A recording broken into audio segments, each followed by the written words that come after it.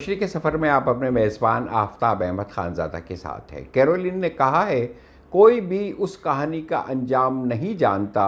ये कहानी जो आपकी ज़िंदगी की कहानी है, लेकिन इसका अंजाम क्या है, इसका इन्हिसार इस बात पर है कि आप क्या कर रहे हैं और कैसे शब व रोज़ गुजार रहे हैं। फ्रांसिस फेनन 20वीं सदी का एक ऐसा नफ्सियाती मौलिज, फ़िलासफ़र और सरगर्म सियासी कारकुन था जिसकी ज़ात से एक बड़ी तादाद में सियासी लीडरों और इनकलाबी तहरीकों ने इस्तिफ़ाज़ा करते हुए अपने इलाक़ों और मुल्कों में इनकलाब की आबकारी की है। उसकी किताब ज़मीन के सताए हुए तमाम दुनिया के इनकलाबियों के लिए बाइबल का दर्जा रखती है। ये किताब 18 ज़बानों में तर्जुमा हो चुकी है। सिर्फ़ अंग्रेज़ी ज़बान में इसकी 10 लाख से ज़ायद किताबें फ़रोख्त हो चुकी हैं। इस किताब का दिपाचा दुनिया के मशहूर फ़िलासफ़र सार्थर ने लिखा है। फेनन अपनी किताब में लिखता है कि हम मकामी आबादी को हर शहर में 2 हिस्सों में तकसीम किया हुआ देखते हैं। अव्वल, एक ऐसा इलाका जो अमीर, कामयाब और बारसूख लोगों की रिहाइशगाह होती है, जहाँ ख़ुद गैर मुल्की हाकिम भी रिहाइश पजीर होते हैं। दोयम, गुरबा, मजबूर और महकूम आबादी पर मुश्तमिल खस्ता हाल आबादी। इन हालात में माशी बुनियादों पर इंसान की तबकाती तकसीम अज़ खुद नस्ली मसाइल को जन्म देती है। फेनन का ख़याल है कि ज़ालिम अपने जबर को काबिल कबूल बनाने के लिए अक्सर मज़हब का सहारा लेता है।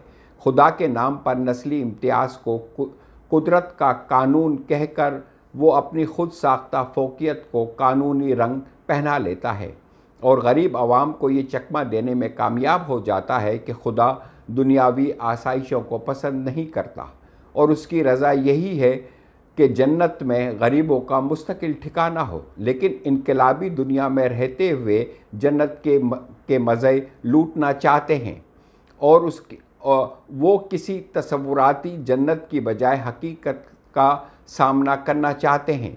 वो अहमकों की जन्नत में रहने की बजाय दुनिया के दुख और सुख को तरजीह देते हैं।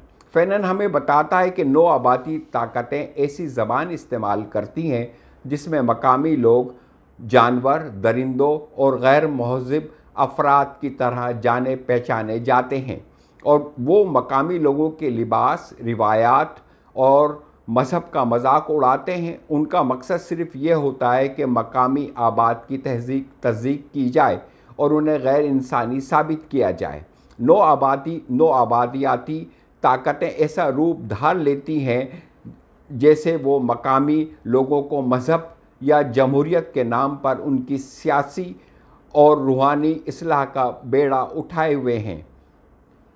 उनका ये रवैया मकामी लोगों के लिए नाराज़गी और झुंझलाहट का सबब बनता है और फिर ये नाराज़गी बातरजीद नफ़रत में तब्दील हो जाती है और फिर जब वो आज़ादी की जद्दोजहद में शरीक होते हैं तो यही नफ़रत बदले की आग में बह निकलती है और फिर कई दहाइयों और सदियों से जमा गुस्से का लावा एक भयानक तशद्दुद का रूप धार लेता है और इस आग में ज़बान, कल्चर, मज़हब, गर्ज़ ये कि ताकत पे थोपी गई हर रिवायत भस्म हो जाती है।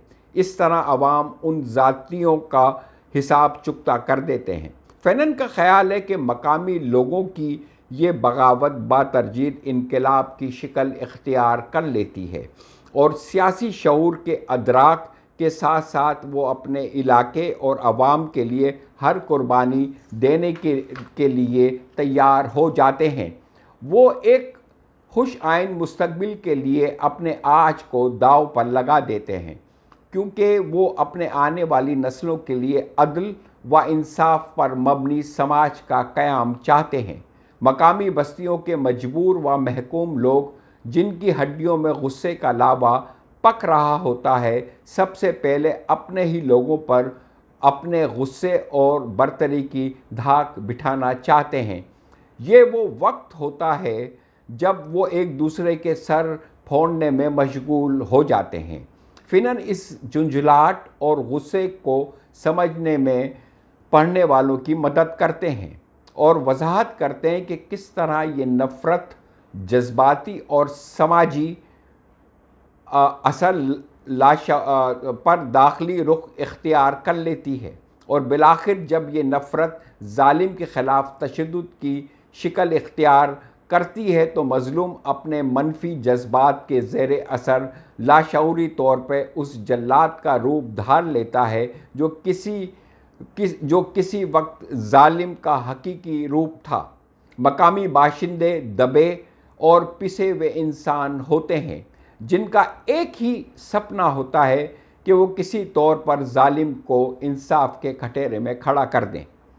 کیا یہ سچ نہیں ہے کہ آج پاکستان میں بھی وہی حالات ہو چکے ہیں جس کا ذکر فنن نے اپنی کتاب میں لکھا ہے؟ فرق صرف اتنا سا ہے کہ ہمارے موجودہ حالات کے ذمہ دار ہم خود ہیں، نہ کہ کوئی غیر ملکی نو آبادیاتی طاقت۔ کیا آج ہر پاکستانی کی ہڈیوں میں غصے کا لاوا نہیں پک رہا ہے؟ کیا آج ہر پاکستانی اپنے ساتھ ہونے والی ناانصافیوں اور ظلم کی وجہ سے نفرت کی آگ میں نہیں سلگ رہا ہے؟ کیا یہ بھی سچ نہیں ہے کہ کئی دہائیوں سے جمع غصے کا لاوا ایک بھیانک تشدد کا روپ دھار چکا ہے؟ کیا عام لوگ چھوٹے چوروں اور لٹوروں کے خلاف اپنی عدالت لگا کر انہیں سزائے سڑکوں پر نہیں دے رہے ہیں؟ کیا 22 کروڑ عوام اپنے ساتھ ہونے والی تمام ناانصافیوں کا حساب چکتا کرنے کا نہیں سوچ رہے ہیں؟ کیا وہ طاقت پر تھوپی گئی ہر بوسیدہ روایت کو بھسم کرنے کا ارادہ نہیں کر رہے ہیں؟ کیا پاکستان میں بہت جلد ایک نیا سورج نہیں اگنے والا ہے؟ کیا نئے پاکستان کا جنم نہیں ہونے والا ہے؟ معصوم انسانوں کا معاشی استحصال کرنے والوں، ان پر ظلم کا پہاڑ ڈھالنے والوں، ان کی زندگیوں میں زہر گھولنے والوں، ان کے آنگنوں میں ذلت بھرنے والوں، انہیں جنت کے نام پر بہلانے پسلانے والوں، مذہب کی آڑ میں انہیں تقسیم کرنے والوں، انہیں بیوقوف بنا کر اپنا الو سیدھا کرنے والوں، معصوم لوگوں کو گمراہ کرنے والوں، کیا تم یہ امید رکھتے ہو کہ جب معصوم لوگوں کی محصور آوازیں آزاد ہوں گی تو وہ تمہاری شان میں قصیدے پڑھیں گی؟ جب صدیوں سے سیے ہوئے ہونٹ کھلیں گے تو کیا وہ تمہاری تعریف کریں گے؟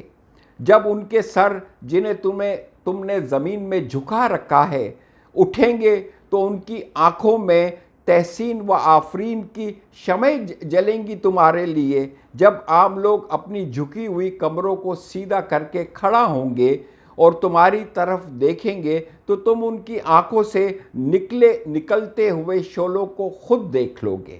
تو پھر یاد رکھنا، تمہیں اس زمین پر پناہ کی کوئی جگہ نہیں ملے گی اور نہ ہی تمہیں معافی مل سکے گی۔ یہ بات بھی اچھی طرح سے یاد رکھنا کہ اب وہ دن دور نہیں ہے جس کی تمنا پاکستان کے 22 کروڑ انسان دن اور رات کر رہے ہیں۔ خدا حافظ۔ اپنا اور اپنے پیاروں کا بہت خیال رکھیے گا۔